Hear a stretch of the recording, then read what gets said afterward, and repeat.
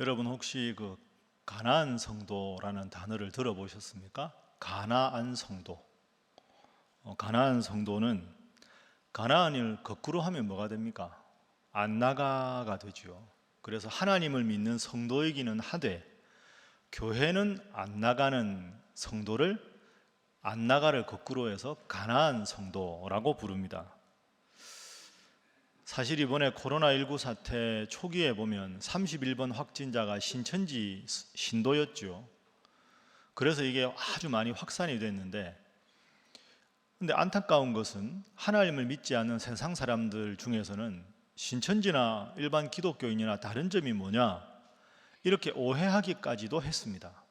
그 말은 한국 교회가 오해받을 만큼 세상 사람들이 현재 교회를 바라보는 시선이 따갑다 하는 것이지요. 이런 사회적인 분위기를 생각하면 하나님을 믿지만 교회에 안 나가는 이른바 가나안 성도의 숫자가 이 코로나19 사태 이후에 더 많아질 것으로 추측할 수 있습니다. 우리 교회도 그렇지만 그동안에 한 2달 정도 영상으로 예배를 드려서 신앙이 약한 분들은 더 신앙이 약해졌고, 굳이 예배당에 안 가도 되잖아, 굳이 교회 안 다녀도 되잖아, 그냥 내가 마음으로 하나님 믿으면 되지, 이렇게 생각하는 추세가 더 확산될 것이 뻔하기 때문입니다. 그래서 오늘 이 시간에는 코로나19와 기독교 신앙 두 번째 시간으로 이렇게 점점 확산되어 가는 가나안 성도 현상을 우리가 어떻게 바라보아야 하는지, 그리고 이런 가나안 성도가 많아지는 데 대한 성경의 가르침이 무엇인지, 이 질문을 한번 생각을 해보도록 하겠습니다. 자, 먼저 가나안 성도의 현황이 어떤가 한번 생각을 해보죠. 가나안 성도의 현황입니다. 여러분, 책이 하나 있습니다. 교회 안 나가는 그리스도인, 가나안 성도를 어떻게 이해할 것인가 하는 책이 있는데요. 그 책에 보면 2013년, 14년을 거치면서 우리나라의 가나안 성도가 얼마인가가 소개가 됩니다. 하나님 믿는데 교회를 안 다니는 가나안 성도, 여러분 숫자가 대충 얼마나 될 것 같습니까? 어차피 정답은 모르니까 편하게 말씀해 보십시오. 얼마나 될까요? 여러분 주위에도 있으실 거 아닙니까? 100만 명 정도 됩니다. 100만 명. 그런데 더 충격적인 것은 그로부터 한 3년 후에 한국교회 목회자 협의회에서 이걸 다시 조사를 해봤습니다. 얼마나 추세가 변해갔는가. 그래서 2015년에 우리나라 총 인구 조사하는 인구 센서스에 의하면 내가 기독교인이다라고 기독교인임을 밝힌 사람의 숫자가 967만 6천 명입니다. 우리나라 기독교인이 967만 6천 명입니다. 그 중에서 하나님을 믿지만 나는 교회는 안 나간다, 이른바 가나안 성도라고 말한 응답자가 23.3%입니다. 그걸 제가 계산을 해보니까 현재 우리나라의 가나안 성도의 숫자는 최소한 225만 명입니다. 그러면 하나님 믿는 사람 넷 중에 한 명은 가나안 성도라는 겁니다. 그러니까 여러분처럼 교회 나와서 예배 드리는 게 아니라 더 이상 교회도 의미가 없고 예배당 예배가 의미 없다고 생각하는 사람이 넷 중에 한 명이라는 거죠. 그런데 코로나 사태 때문에 예배당 예배를 2달 정도 못 드렸으니까 이게 점점 더 많아지겠죠.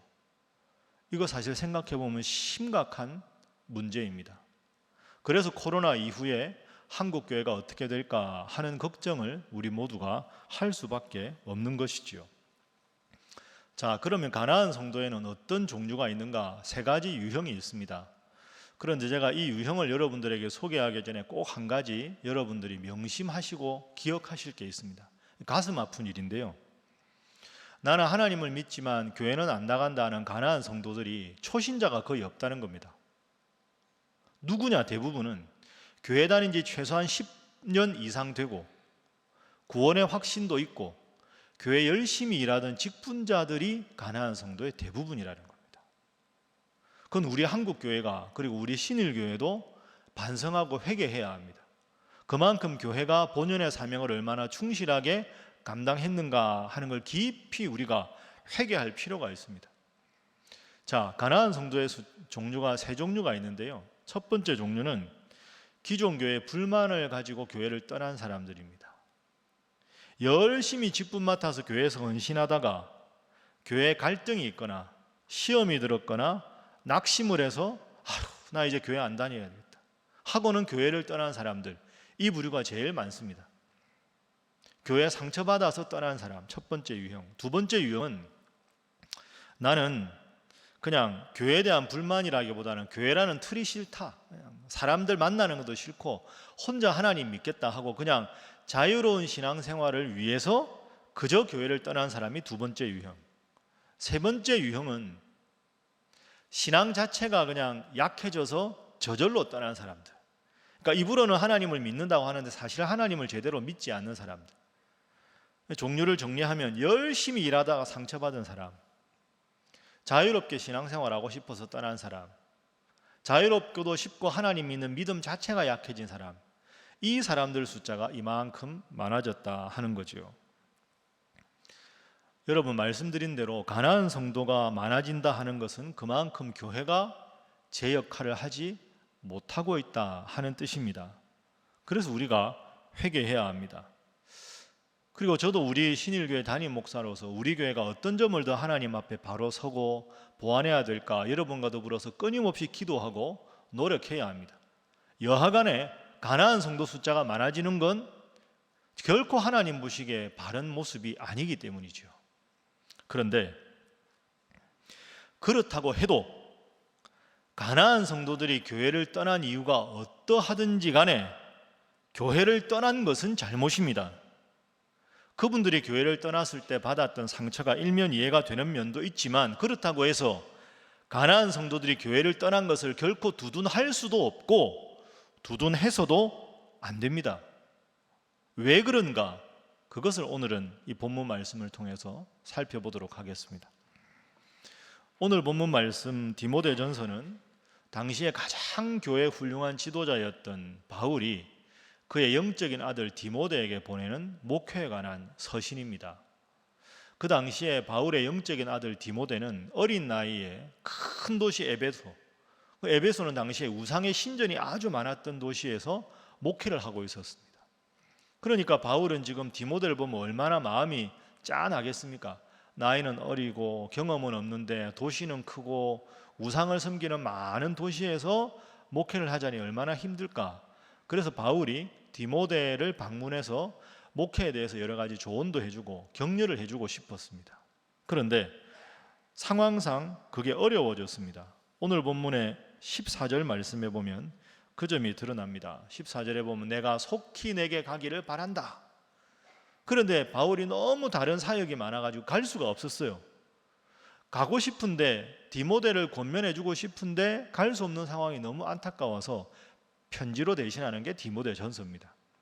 그러면 그 어려운 환경에서 열심히 목회하는 디모데에게 정말로 바울이 해주고 싶었던 말씀이 교회에 대한 교훈이 무엇일까? 그게 바로 15절 말씀입니다. 자, 오늘 본문 15절 말씀 화면 보면서 우리 다 함께 한 목소리를 읽어보겠습니다. 시작. 만일 내가 지체하면 너로 하여금 하나님의 집에서 어떻게 행하여야 할지를 알게 하려 함이니 이 집은 살아계신 하나님의 교회요 진리의 기둥과 터니라. 아멘. 자, 15절 말씀을 화면으로 보시면 교회의 본질을 세 가지로 이야기합니다. 저 두 번째 줄에 보면 하나님의 집 이런 표현이 나오죠. 집이라는 단어는 가족이라는 뜻입니다. 그러니까 성도들끼리 가족처럼 서로 사랑해야 된다. 하나님 안에서. 이게 교회의 본질이 첫 번째. 두 번째는 아래쪽에서 두 번째 줄에 보면 살아계신 하나님의 교회. 교회의 주인이 누구시라는 겁니까? 하나님이시다. 하나님이 교회의 주인이다. 디모데야, 내가 담임 목사라고 해도 너는 청직이다. 하나님이 교회의 주인이 되셔야 된다. 이것 뜻입니다. 세 번째는 맨 아랫줄에 진리의 기둥과 터니라. 진리가 뭡니까? 하나님 말씀이지요. 늘 하나님 말씀을 전하고 하나님 말씀대로 교회가 운영될 수 있도록 각별히 기도하고 노력하라. 이런 뜻입니다. 그러니까 여러분, 오늘 본문의 가장 중요한 교회의 본질 세 가지. 첫 번째, 교회는 하나님의 가족으로 서로 사랑해야 된다. 교회는 하나님이 주인이시다. 모든 교회는 하나님의 진리의 말씀 위에 바로 서서 모든 목회가 그리고 교회의 모든 사역이 진행되어야 한다. 이 세 가지를 본질적으로 이야기합니다. 그리고 이것은 그 교회 목회자였던 디모데만 아니라 모든 에베소 교회 성도들이 마음속에 기억하고 명심해야 될 사항이다 하는 걸 말씀합니다. 오늘 우리가 14절, 15절 읽었는데요. 디모데전서 3장 1절부터 13절까지는 크게 두 부분으로 나눌 수 있습니다. 여러분이 한번 이따 읽어보십시오. 1절부터 7절은 교회 감독의 자격에 대해서 말합니다. 감독은 요즘 말로 하면 목회자와 평신도의 대표인 장로를 말합니다. 교회 목회자와 장로님들은 이런 분이 돼야 된다 하는 것이 1절부터 7절이고 8절부터 13절은 교회 집사님들은 이러이런 분들이 돼야 된다 하는 자격을 말합니다. 그럼 이게 무슨 뜻일까요? 교회, 에베소 교회 목사, 장로, 집사 모든 직분자들이 명심해야 한다. 교회는 하나님 앞에서 한 가족이다. 교회의 주인은 하나님이다. 교회는 하나님의 말씀인 진리 위에 바로 서야 한다. 이걸 디모데 너뿐 아니라 모든 성도들이 함께 마음속에 명심하면서 교회가 하나님 앞에 바로 서는 교회가 되도록 해야 한다. 이걸 지금 디모데전서 3장에서 이야기하고 있는 겁니다. 사랑하는 여러분, 그렇습니다. 여러분도 꼭 기억하십시오. 우리 신일교회가 더 성도들끼리 가족들처럼 서로 사랑하고 하나님께서 우리 신일교회의 주인이시고 늘 하나님 말씀을 바로 읽고 바로 믿고 바로 살아가는 데 힘쓰시는 그런 우리 성도들 되시고 우리 신일교회가 될 수 있도록 더 열심히 신앙생활하시고 하나님 앞에 바로 서는 교회가 되도록 기도하는 우리 성도들이 다 되시기를 주님 이름으로 축복합니다. 자, 그럼 이제 가나안 성도들에 대해서 좀 더 살펴보도록 하겠습니다. 가나안 성도들의 잘못이 무엇인가? 여러분 주위에도 하나님 믿는데 뭐 굳이 교회 가야 되냐 이런 분들이 있고 앞으로도 많아질 텐데요. 가나안 성도들에게 설문조사를 했었는데 그 결과가 이렇습니다. 왜 교회를 떠났습니까? 하나님 믿는데 교회 안 다니는 이유가 무엇입니까? 1위가 1위 30.3%가 대답한 1위는 이겁니다. 자유로운 신앙생활을 하기 위해서 교회를 떠난다. 자유로운 신앙생활을 하기 위해서 교회를 떠난다.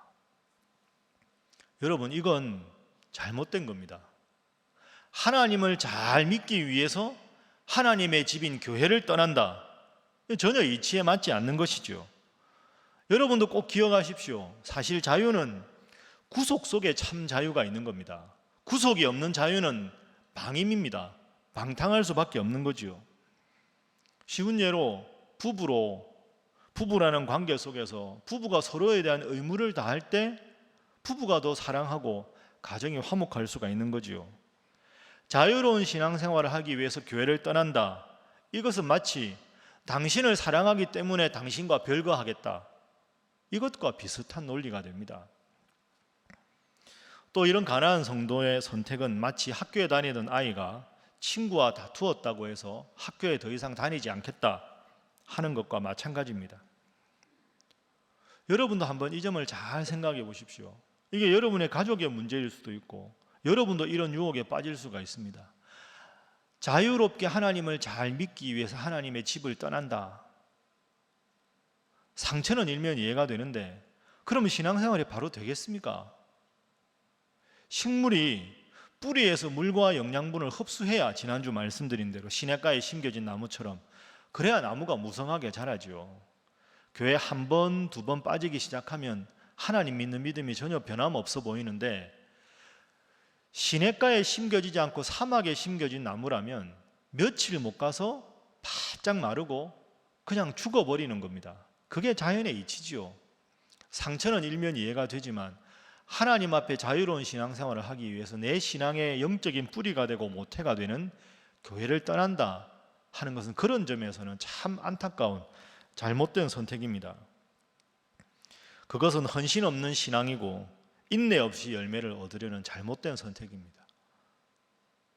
여러분 기억해 보십시오. 제가 2주 전에 설교할 때 왜 우리가 예배당에서 꼭 예배를 드려야 되는가? 왜 교회가 중요한가? 설교 시간에 말씀드렸습니다. 다 기억하시지요? 예, 수준이 있으시니까. 자, 복습을 한번 해보겠습니다. 꼭 기억하십시오. 우리가 예배당 예배를 드려야 되는 이유, 교회에 꼭 소속돼 헌신해야 되는 이유는 첫 번째는 예수님께서 직접 몸을 입고 이 땅에 오셨다.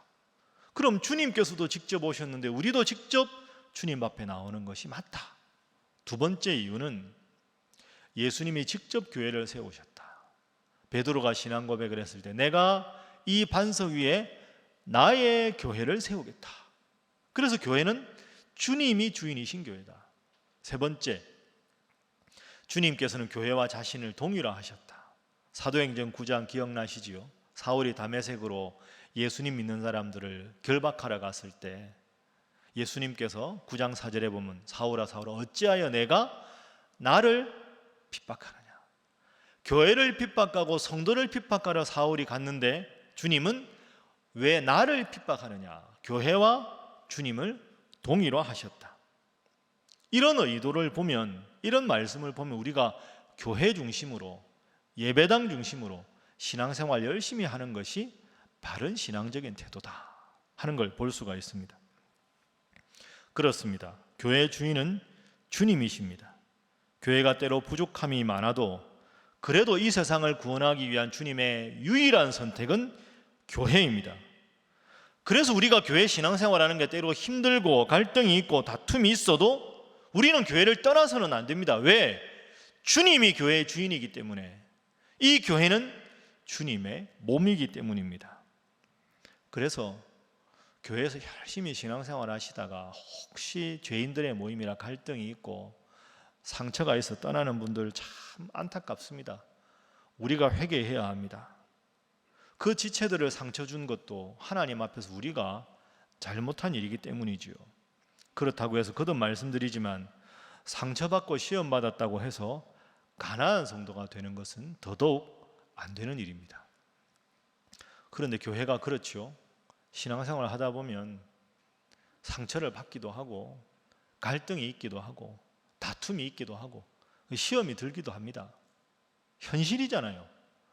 여러분, 그래서 앞으로 이 점을 꼭 기억하십시오. 교회 안에 갈등이 있을 때, 다툼이 있을 때, 믿음 생활 잘 하자고 모였는데 서로 간에 마음에 불편함이 있을 때 우리가 어떻게 이걸 생각해야 될까요? 꼭 기억하십시오. 사회에서 교제하는 것과 교회에서 성도들끼리 교제하는 것은 아주 큰 차이가 있습니다. 그 차이점을 제가 일러드릴 테니까 앞으로 이 점을 꼭 기억하십시오. 사회에서 이렇게 사회적 관계 속에서 만나는 만남은 나와 너의 만남입니다. 그죠? 나와 누군가의 만남이죠. 그런데 교회 안에서 내가 어느 성도와 만나서 교제하는 건 세상의 교제와는 다른 겁니다. 교회의 주인이신 주님 안에 있는 내가 교회의 주인이신 주님 안에 있는 너를 만나는 겁니다. 여러분, 이거 아주 중요합니다. 주님 안에서 내가 주님 안에서 너를 만나는 겁니다. 그러면 나와 여러분들 사이에 여러분들 서로 사이에는 주님이 계신 겁니다. 주님께서 나를 여러분을 만나게 하셨고 주님께서 여러분을 서로 만나게 하신 것이지요. 그런데 내가 말 한마디 잘못해서 그분에게 상처를 주는 것은 그분에게 상처를 준 게 아니라 내 안에 있는 주님인데, 그분도 주님 안에 있는데 주님과 함께하는 그분을 상처 준 게 되는 겁니다. 그 사람을 상처 준 게 아니라 그분을 사랑한 주님을 상처 준 것이고, 그분과 갈등이 있는 게 아니라 그분을 통해 역사하고자 하시는 주님과 내가 갈등을 일으킨 것입니다. 깊이 생각하십시오. 또 거꾸로 말하면 여러분도 누군가가 여러분에게 상처 주는 일이 있죠. 교회가 죄인들의 모임이라 누군가가 참 무심결에 말했는데 너무 마음에 상처가 되고 어려움이 있을 때 있습니다. 그럴 때 여러분, 그분을 위해서도 주님은 십자가를 지셨기 때문입니다. 저는 요한복음 13장 이렇게 읽으면 가룟 유다가 예수님을 배반할 걸 알면서도 예수님이 가룟 유다를 끝까지 사랑하셨잖아요. 그 얼마나 힘든 일일까요? 아주 극단적으로 말하면 가룟 유다는 예수님을 팔았지만 예수님은 그 가룟 유다를 위해서도 십자가에 죽으신 겁니다. 그러면 우리가 그분을 따른다고 하면 힘들지만 어렵지만 이를 악물고서라도 우리에게 상처 주는 분 미워하지 말고 사랑해야 되는 게 그게 맞는 거죠. 힘듭니다. 힘드니까 내 안에 있는 주님께서 나와 함께 하셔야 이 모든 것이 가능한 것이지요. 그래서 가나안 성도의 잘못이 바로 여기에 있습니다. 교회를 떠난 것은 가슴 아픈 일이지만 그분은 그분과 누군가의 관계가 힘들어서 떠난 게 아닙니다. 성경적으로 보면 그분과 함께하는 주님을 떠난 게 되는 거죠. 말씀드렸죠. 교회와 주님은 동일화가 된다고. 여러분 앞으로 신앙생활 열심히 교회 중심으로 하시되 누구에게도 상처 주지 않도록 노력하시고, 혹시 설령 여러분이 누군가가 상처 받으셔도 그래도 주님은 저분을 사랑하셨는데, 저분을 위해서도 십자가에 죽으셨는데, 그런 마음으로 힘듭니다. 힘들지만 이런 악물고서라도 사랑해서 주님의 사랑이 가득한 우리 신일교회가 되고, 또 여러분을 통해서 상처받은 분들이 다 치유받는 은혜로운 우리 신일교회 될 수 있기를 주님 이름으로 축복합니다. 이제 마지막 한 가지만 더 살펴보겠습니다. 그럼 앞으로 우리 교회가 어떤 교회가 되어야 할까? 우리 성도들이 어떤 성도가 되어야 할까 하는 겁니다. 우리 신일교회가 지향해야 될 교회, 우리 신일 성도들이 지향해야 할 성도의 모습, 제가 한번 설교 시간에 여러분들에게 짧은 영상으로 소개해 드렸는데요. 유람선 교회와 전투함 교회, 아마 기억하시는지 모르겠습니다. 짧은 영상 다시 한번 보면서 우리가 말씀을 계속 상고하도록 하겠습니다.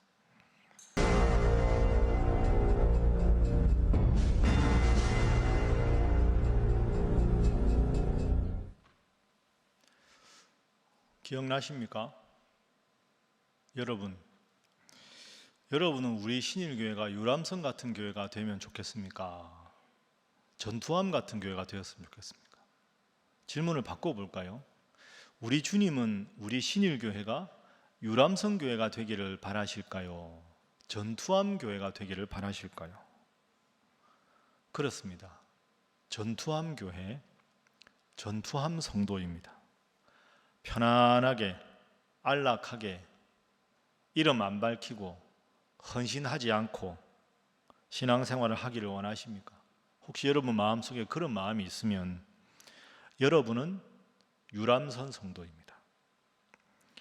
교회에서 많은 멋진 프로그램을 하고 식당도 쾌적하고 커피숍도 좋고 교회 주차도 아주 널찍하고 예배당도 멋지고, 내가 원하는, 내가 참 신앙생활하기에 편한 교회다, 그게 신앙의 기준이 되고 교회의 기준이 되면 그게 바로 유람선 교회고 유람선 성도가 되는 겁니다. 본질이 빠진 교회, 주님이 기뻐하실 리가 없습니다. 정말로 우리 주님이 원하시는, 기뻐하시는 교회는 전투함 교회입니다. 전투함 성도입니다. 대장 예수님과 함께 피를 흘릴지라도 주의 군사로 목숨을 걸고 주님 나라 확장을 위해서 헌신하겠다는 그런 마음을 가져야 하나님 앞에 바른 신앙인의 태도가 아니겠습니까? 우리 사랑하는 신일의 성도 여러분, 전투의 승리를 위해 불편을 감수하는 성도들 되시기를 주님 이름으로 축복합니다. 주님의 영광을 위해서라면 교회 신앙생활에 다소 불편하더라도 불편을 기쁘게 감당하는 성도 되시기를 주님 이름으로 축복합니다. 말씀을 정리하겠습니다. 사랑하는 우리 신일교회 성도 여러분, 교회가 점점 침체해가는 시대입니다. 성도들이 점점 무기력해지는 시대입니다. 심지어 많은 기독교인들조차도 다들 전투함에 승선하기를 주저하고 익명성이라는 우산 아래에서 안락한 유람선과 같은 교회를 선호하는 시대입니다. 그러나 분명한 것은 우리의 주인이신 주님께서는 우리를 전투함으로 부르시고 우리가 전투함의 전투병이 되어 내 생명 다하기까지 주님을 사랑하기를 원하신다는 것입니다. 교회가 어려운 때입니다. 가난한 성도가 점점 많아지는 때입니다. 그러나 이런 때일수록 우리 신일교회는 주님 나라 확장을 위한 전투함 교회가 되기를, 여러분들은 신앙생활에 이런저런 다툼과 갈등이 있고 때로 어려움이 있어도 나는 주님 나라 확장을 위한 전투병이라는 자세로 신앙생활 하시기를. 그래서 정말로 우리 신일교회가 주님 원하시는 바로 그 교회가 되고 우리 살아가는 신일의 성도들이 주님 원하시는 바로 그 성도가 되어서 더 이상 우리 신일교회는 가난한 성도가 없어지고, 혹시 상처받고 어려워 교회를 떠났던 가난한 성도들도 건강한 우리 신일교회의 모습을 보고 다시 돌아와서 하나님 앞에 정말 영광 돌리는 교회가 되고 성도가 되는, 그래서 코로나19 이후에도 더욱더 하나님 앞에 바로 서는 우리 교회, 우리 성도 다 될 수 있기를 주님 이름으로 축복합니다. 기도하겠습니다. 사랑의 하나님, 오늘도 저희에게 건강을 주셔서 이렇게 예배당에 나와 예배드릴 수 있게 해주셔서 감사합니다. 날로 세속화되어 가고 있고 성도들의 열심이 식어져서 가난한 성도까지 많아지는 상황에 저희가 살아가고 있습니다. 주님, 저희로 하여금 저희의 믿음 생활의 기준을 사람에게 두지 말게 하시고 교회 환경에 두지 말게 하시고 점점 세속화되고 무종교화되어가는 환경에 두지 않게 하여 주옵소서. 오직 주님 한 분 바라보며 진리이신 주님 말씀에 굳건히 서서 기도하며 바른 신앙 갖게 하여 주옵소서. 그리하여 정말로 우리 신일교회가 건강한 교회가 되게 하시고 더불어 우리 모든 신일의 성도들이 행복한 성도들이 되게 하여 주옵소서. 예수님의 이름으로 기도하옵나이다. 아멘.